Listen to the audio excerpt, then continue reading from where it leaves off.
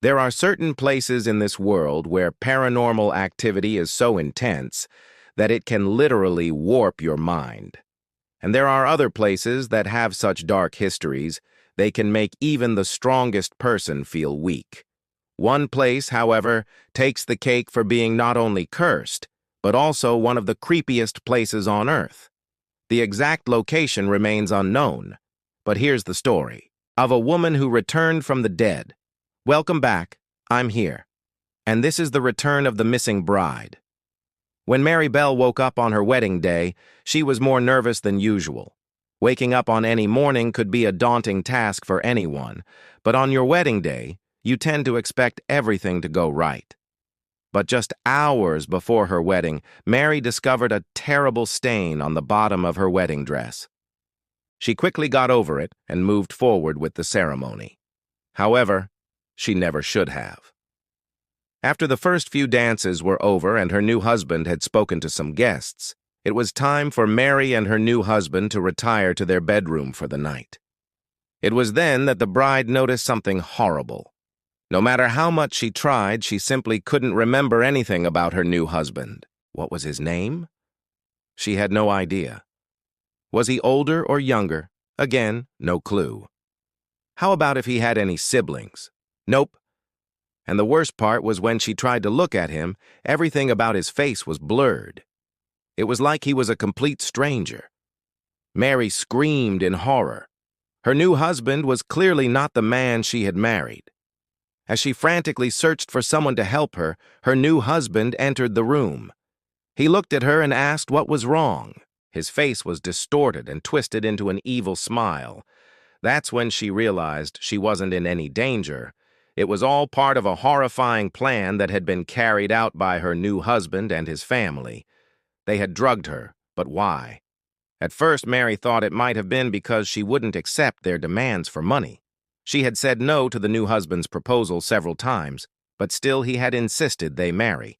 Maybe it was because she came from a wealthy family and they had planned to steal her money.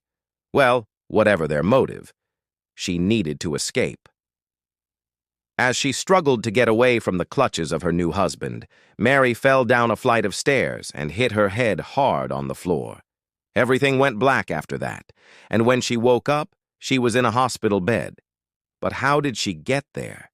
And how long had she been unconscious for? She didn't know. But Mary was soon going to find out that things weren't the same ever since she had woken up in the hospital bed. People told her that she had been there for 2 weeks, but when she asked them about her husband, they told her that he had left town a week ago. What had he been up to? Nobody knew. But Mary wanted answers, and soon she would get them. When she returned home, she found a letter waiting for her. The handwriting was sloppy and childish, almost as if a kid had written it. Inside it read, "I'm sorry I had to do this to you, but I couldn't let you leave me. I love you. Signed, your loving husband." But this couldn't be true. The only thing Mary remembered about her husband was his disturbing grin and the way his face was twisted into an evil smile. Could this really be the same guy?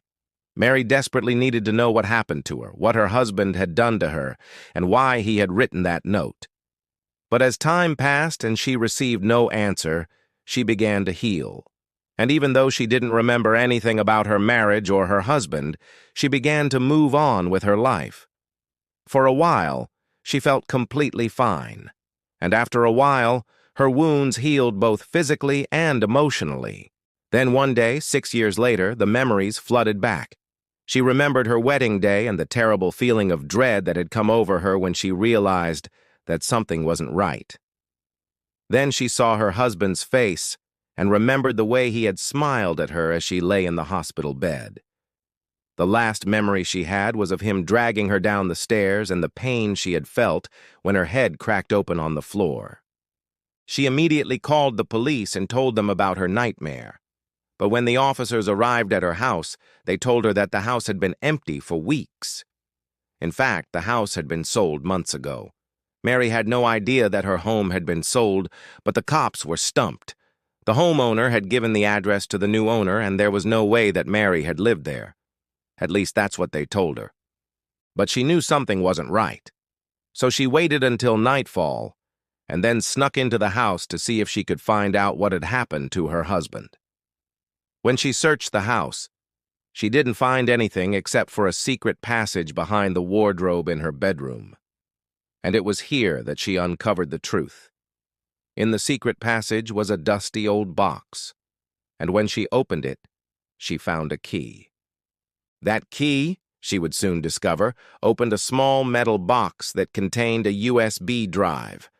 After she put the key in the slot, she plugged the drive into her computer and watched in horror as a series of pictures appeared on her screen. It was her husband, but he looked different. In fact, he looked exactly the same age as when she had married him. But there was another picture, too, one that made her blood run cold. It was a picture of her, but it wasn't a recent photo. Instead, it was taken shortly after she had met her husband. In other words, someone had been stalking her from the very beginning. But there was one more picture, and it was one that truly shocked her. It was a picture of her lying on the floor in her wedding dress. But it wasn't just a picture. The picture was animated, meaning that it wasn't just a photograph. It was a video. And as Mary watched, her heart sank. Her husband had taken this picture the moment he had killed her. But that wasn't all. In the background of the photo, she could see a familiar face. It was her mother-in-law. But why was she there? Why was she involved? As Mary tried to piece together the puzzle of what had really happened to her, she got a call from the police. They had found the body of her husband, but they hadn't found any signs of life. He had been dead for at least 2 weeks, and the cause of death seemed to be blunt force trauma, meaning he had probably been hit on the head.